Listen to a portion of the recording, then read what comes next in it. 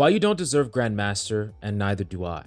Grandmaster's in the top 1% of all active rank users in Overwatch. While there are 7 million active players, less than half of them are ranked grinders. This would mean that there are about 30,000 Grandmaster players across all platforms. Now this number is astronomically small, and while even our own channel has painted Grandmaster as a simple feat, it simply is not if you look at the numbers. While I've been to top 500 multiple times and I've been to Grandmaster on all roles, in my current state, playing the game occasionally, my skills have deteriorated and others have taken my place. You see, it doesn't matter my previous effort or knowledge or thousands of hours I have played into the game. Regardless of all this, I don't deserve Grandmaster because no one deserves Grandmaster. You don't deserve Grandmaster. You have to earn it by being better than millions of other players who play the game at this moment. Now, there are several ways I know of to artificially climb to Grandmaster on roles or characters that take advantage purely of my game knowledge or tricks that only work in the chaotic ranked environment. At the end of the day, there are people who are much better now because they grind much harder right now. This is why instead of trying to use simple tricks and tips to climb, you should instead imagine a line that ranks everyone from best to worst. Remember, this line is gonna have like 3.5 million people on it. And then you need to ask, what can you do today that will move you along this line towards Grandmaster? You see, if you spend a day learning nothing, just messing around with the game or playing it mindlessly, not only do you not move on the line, but others will move to pass you up, and you could even regress back in the line because your skills are deteriorating. Now, this line is really important for you to visualize because how many of you have had a huge feeder on your team? I'm sure pretty much every single one of you has had someone or multiple feeders on your team at any given moment, but realize that if they're in your games, they are near you on that line. Now, this player is actually either ahead of you on that line or you are incredibly close to them. But either way, you should be working hard to put yourself as far away from that person as possible. Now, you can do this in many different ways, but the most reliable way is consistently trying to remove the mistakes that you're making in your games. A lot of times, if you talk about that Grandmaster rank, the amount of mistakes that these players are making in their rounds, it's incredibly small when you compare it to the vast majority of people on that line that we talked about. The average person probably makes anywhere from 100 to 200 mistakes in a game, when a Grandmaster will make something like 10 or 20 mistakes at most. Before we move on, the only way that we can keep creating videos is if you support our GameLeap website, so go check it out down below, but let's get back to the video. Now, this makes things a lot easier to visualize because instead of just listing players from good to bad on a giant line, you can do players from least mistakes to most mistakes. And as you get rid of your mistakes, you will move up that line closer and closer to Grandmaster. Basically, why getting to Grandmaster is often painted as a get-rich-quick scheme, it simply can't be, because you can't just eliminate every mistake you're making at the press of a button. It takes you being hyper aware of your surroundings, noticing the mistakes that enemies are making that you're capitalizing on, noticing the mistakes that your teammates are making that is causing you to lose,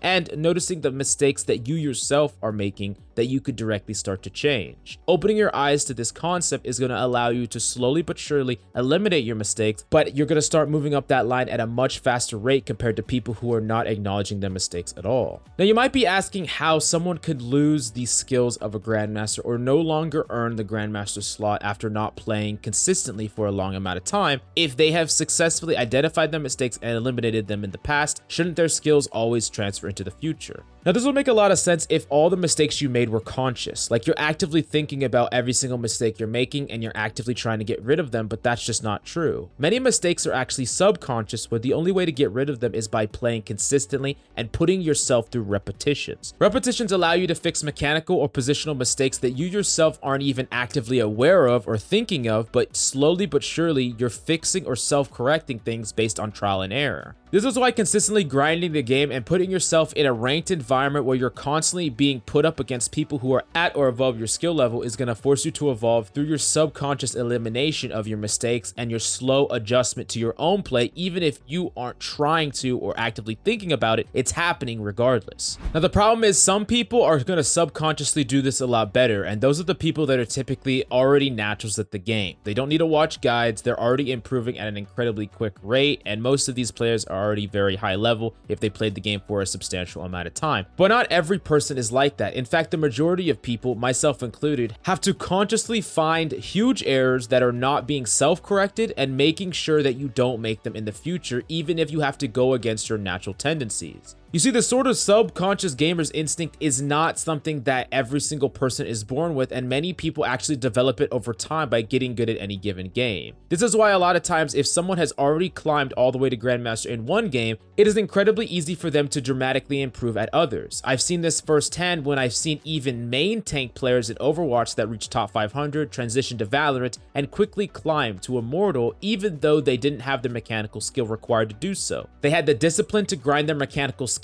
and they had this subconscious improvement already ingrained in them because they learned the hard way previously in their strives in Overwatch. Not only will incorporating these tactics help you improve and climb that line that we talked about before, but it'll also make you a more well-rounded gamer in the future, where you'll be able to easily climb to the top percentile of any esport title that you so choose. But I hope you enjoyed this video. If you want more advanced concepts, definitely go check out our GameLeap website to support us. Thank you so much. See y'all next time.